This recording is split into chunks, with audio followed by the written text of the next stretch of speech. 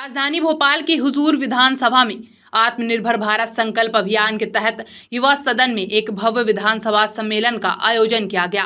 कार्यक्रम में भोपाल के प्रभारी मंत्री चैतन्य कश्यप मुख्य अतिथि के रूप में उपस्थित रहे, जबकि स्थानीय विधायक रामेश्वर शर्मा ने आयोजन की अगुवाई की। सम्मेलन में भाजपा पदाधिकारी, कार्यकर्ता और सैकड़ों व्यापारी शामिल हुए, जिन्होंने स्वदेशी उत्पादों को बढ़ावा देने और आत्मनिर्भर भारत के निर्माण में सक्रिय योगदान का संकल्प लिया।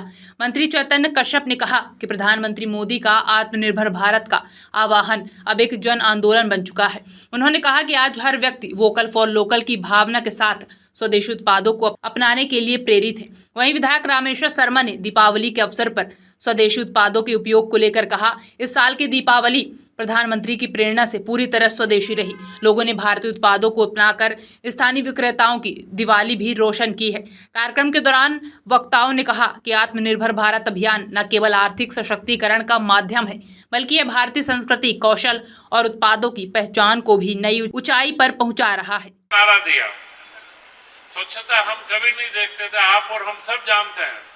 हम लोग जब गाड़ी में बैठते थे, कब गुटखा खोला और कब फूंक दिया किसी को नहीं मालूम था, कोई डरता भी नहीं था। परंतु मोदी ने एक नारा स्वच्छता का दिया। 10 साल में आज एक मौलिक अंतर आया है, व्यक्ति के स्वभाव में अंतर आया है, उसके सामाजिक व्यवहार में परिवर्तन आया है। आज कोई भी आदमी गाड़ी का कांच खोल के फूंकता हुआ नजर नहीं आता है।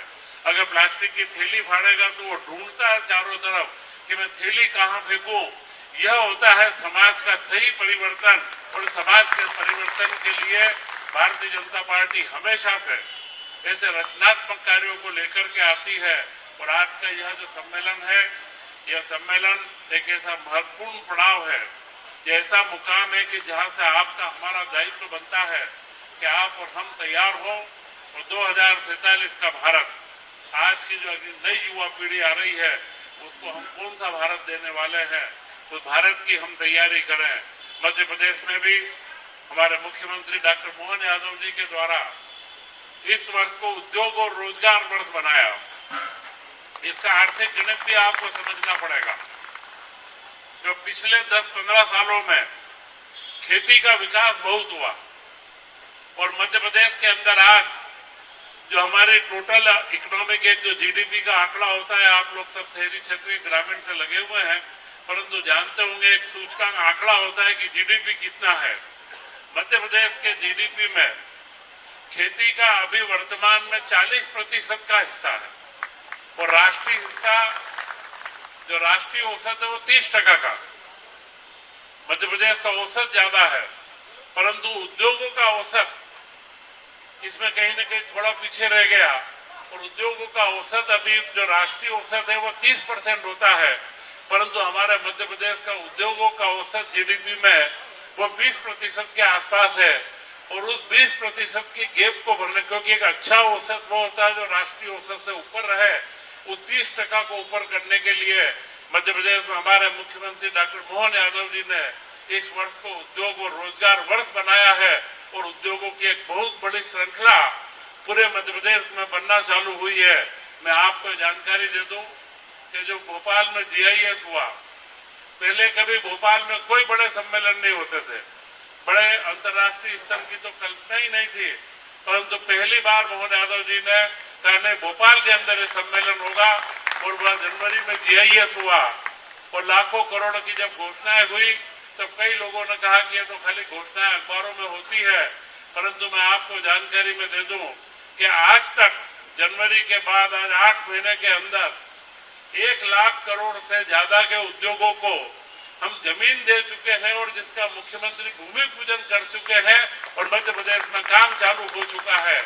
और यही आत्मनिर्भरता का एक संकल्प है कि हम उद्योगों में भी आगे बढ़े, कृषि में आगे बढ़े, जल जीवन मिशन या सामाजिक सुविधाएं हो, अपना व्यवहार हो, वो तो भी रामेश्वर जी ने आपको बताया है, परंतु उद्योग और कृषि का दोनों का विकास हो, और हम उसके अंदर आत्मनिर्भर बने, क्योंकि यह सबसे महत्वपूर्ण कड़ी है। संपूर्ण विकास की अवधारणा में सिर्फ खेती पर नहीं रहा जा सकता है, उद्योगों का विकास करना भी आवश्यक है, और मध्य प्रदेश में उसी संकल्पना को लेकर के हम आगे बढ़ रहे हैं। मेरा सौभाग्य है कि मुझे एमएसएमई मंत्रालय दिया, और मैं उस मंत्रालय के अंदर लगातार हम जो देख रहे हैं, पिछले साल हमारे पास सब्सिडी के 800 मामले आए थे, परंतु इस साल 6 माह के अंदर ही 800 मामले नए उद्योगों के आ चुके हैं। तो ये प्रत्यक्ष प्रमाण है कि मध्य प्रदेश भी आत्मनिर्भर भारत की ओर तेजी से बढ़ रहा है। और यह जो संकल्पना लेकर के हम आगे आ रहे हैं, परंतु इसके अंदर एक तीसरी कड़ी है। हम खेती अपनी कर लें, उद्योग अपने लगा लें, टेक्नोलॉजी अपनी लिया है, परंतु ग्राहकों का मन बनाना, समाज का मन बनाना, कि समाज के अंदर यह जागृति हो कि मुझे स्वदेशी खरीदना, क्योंकि आपके उद्योग धंधे, आपके ब्रांड, आपके सेल्फ हेल्प ग्रुप की महिलाओं के उत्पाद हो, उनके प्रति एक जागृति लाना पड़ेगी। क्योंकि ये 3 बिंदु होते हैं।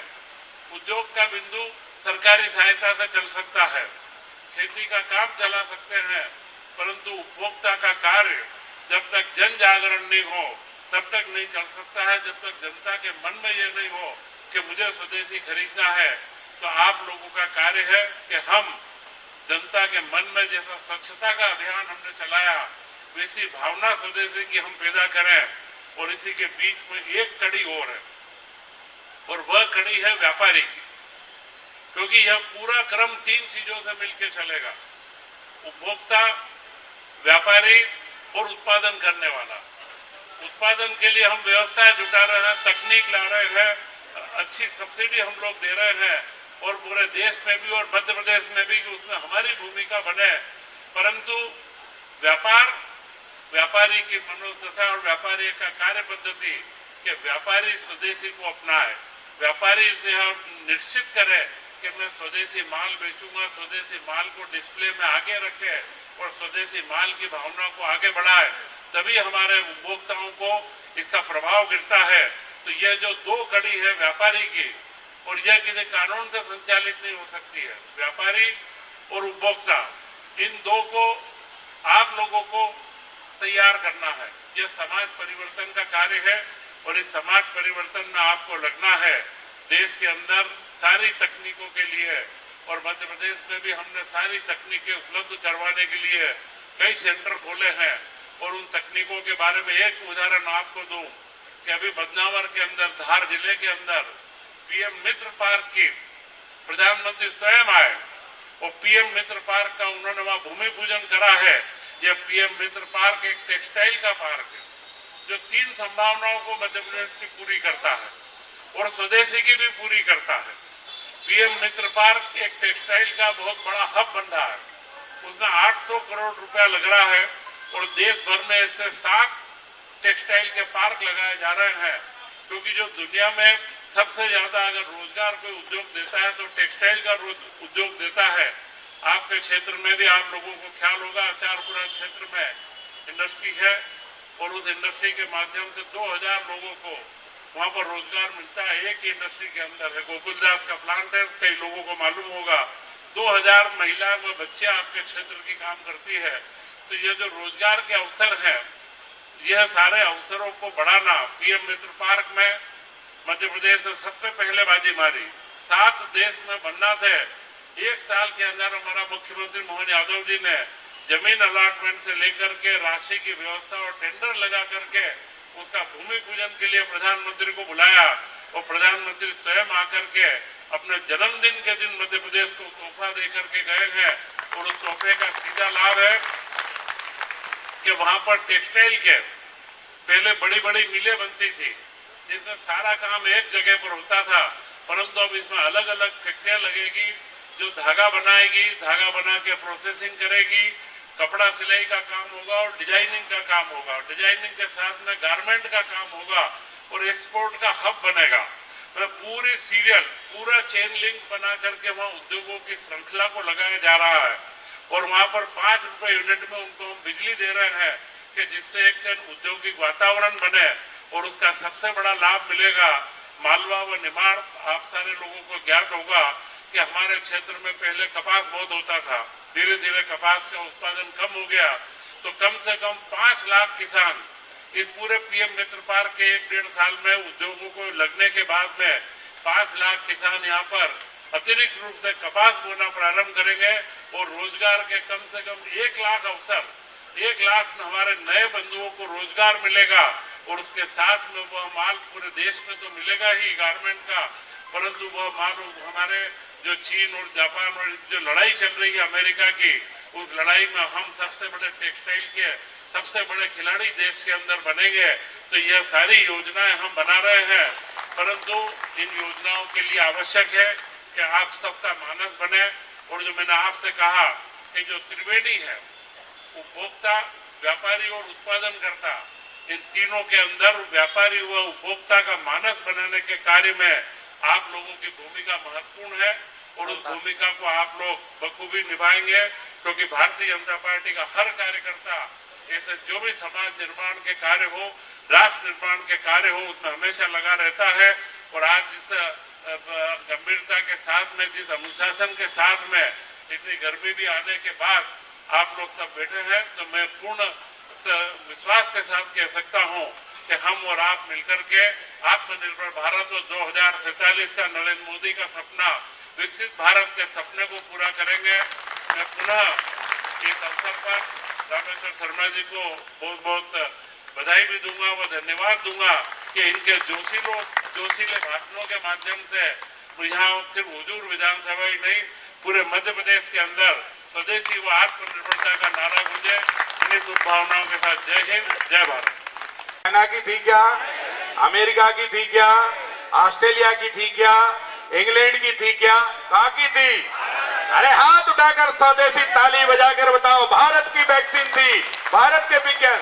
और ये कैसे संभव हुआ?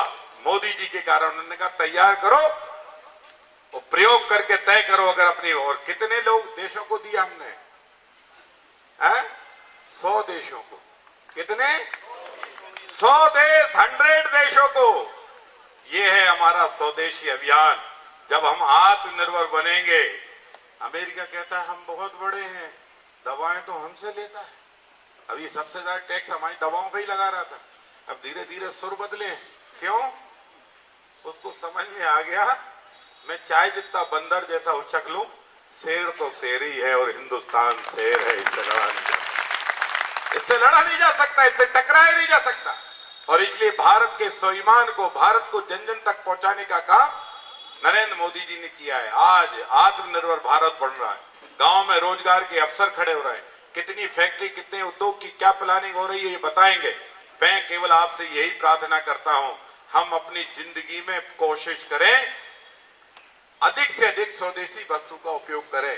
जो बहुत ही अति जरूरी है और जिसका हम उपयोग करना जरूरी मानते हैं, उसको छोड़कर अगर वो भारत में नहीं बनती है तो बात अलग है। और भारत में तो मैं लगता है सब बनता है। अब तो सूरज भी भारत ही बना रहा है, और कौन बना रहा है? उसके पास है क्या? मुझे बताओ।